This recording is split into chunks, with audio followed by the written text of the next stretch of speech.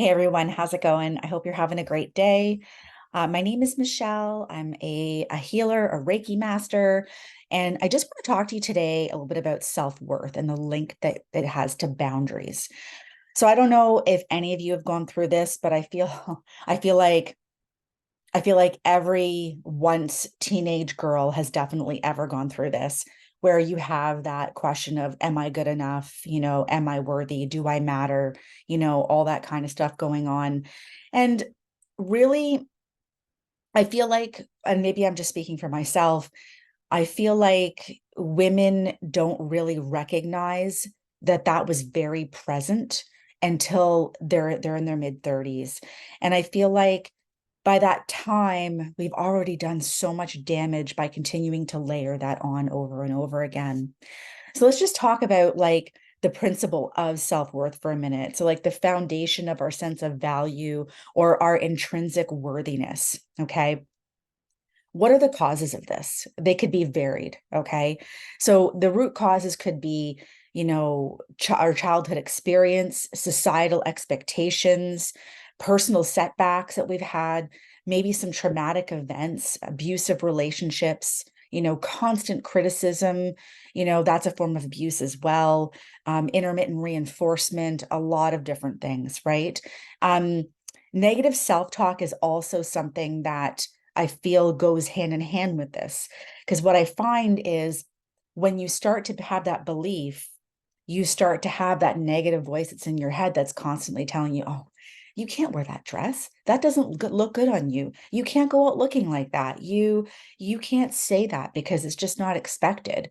And I feel like it just layers it on. And if any of you are part of the spiritual world, the metaphysical world, you understand maybe that the cords and the contracts that you make with other people, you layer these things on over and over again, and you make it so strong that it's so hard to break that pattern that you have to take it off layer by layer. Okay. And so one of the other things that we do, and I don't know about you, but like as a woman, I've done this so much, is the comparison game. How many of you have played this? Okay. You've played the comparison game. You've done it on Facebook. I ran, or well, I still do run a women's networking group in a small town. And in this group, it's 1,800 entrepreneurial women. And it's amazing when I was hosting networking events and stuff like that, how many women felt that they needed to be on.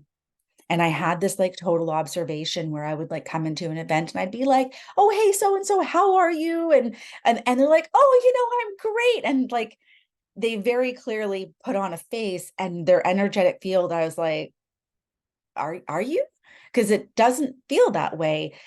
And then finally, kind of talking about imposter syndrome in that group and bringing the awareness to people and to the women of that group of what that is and that comparison game that we have to compare ourselves to everybody on Facebook and social media and everything else.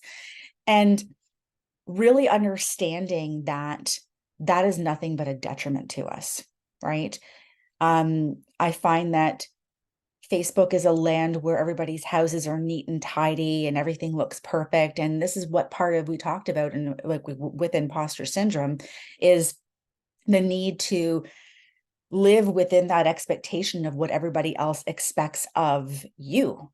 So your house is perfect, your meals are made, your kids are dressed perfectly, their behavior is perfect, this just isn't reality. Like, I don't know about you. I don't have any kids, but man, I had a niece. And when she spent time with me, I was like, I don't know if your hair's brushed. I mean, I don't even know if I put deodorant on.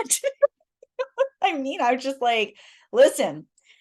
So the comparison to get external validation, and because we're so hyper connected, we're constantly like seeking external validation so that we become socially acceptable.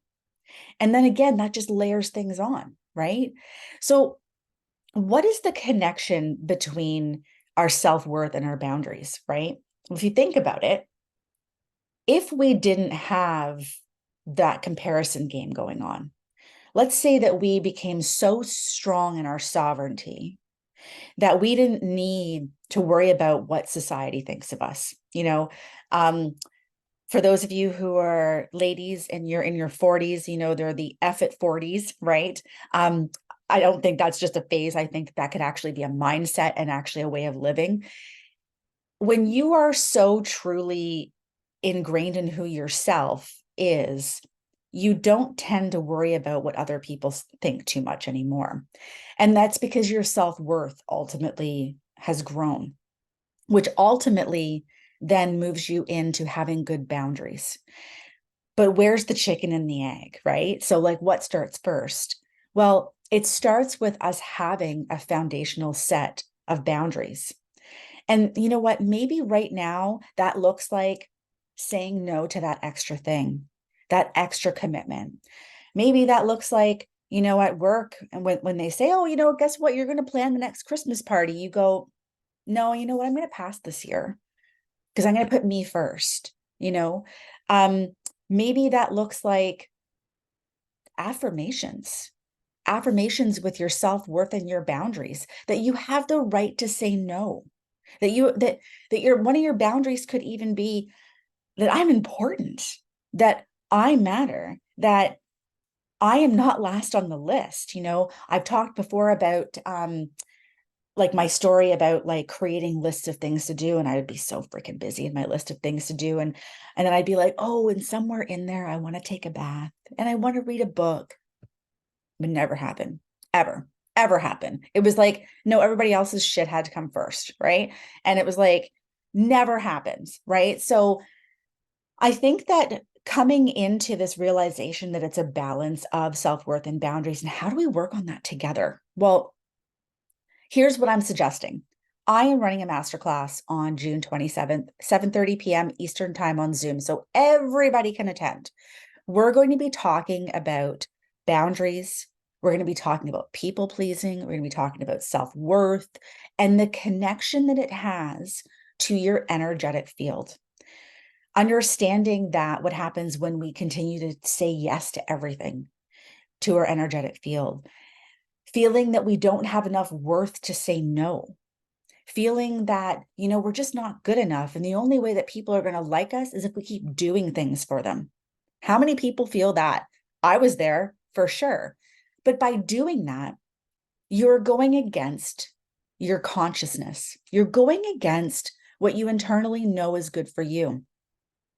And I'm going to bring this kind of into the masterclass, where I'm going to talk about really listening to what your body wants to do and what it doesn't, the things that light you up, the things that shut you down. Why is that? Okay. We're going to be talking about, you know, the energetic alignment, the things that are actually aligned with what our passion is, with what we want to do, with the life that we want to live, that balance, right? And like restoring that by being expansive. Okay. Now, this is a free masterclass. I hope you all can attend. It is going to be on my website, so you can find me at purplemoonhealing.com. I am encouraging everyone to attend. If this resonates with you in any way or form, then you need to be there, because I'm going to talk to you about ways to get through all of this and that connection to self-worth, validation, boundaries, people pleasing, and how you can walk out and actually live your life fulfilled instead of living your life exhausted. I hope to see you there.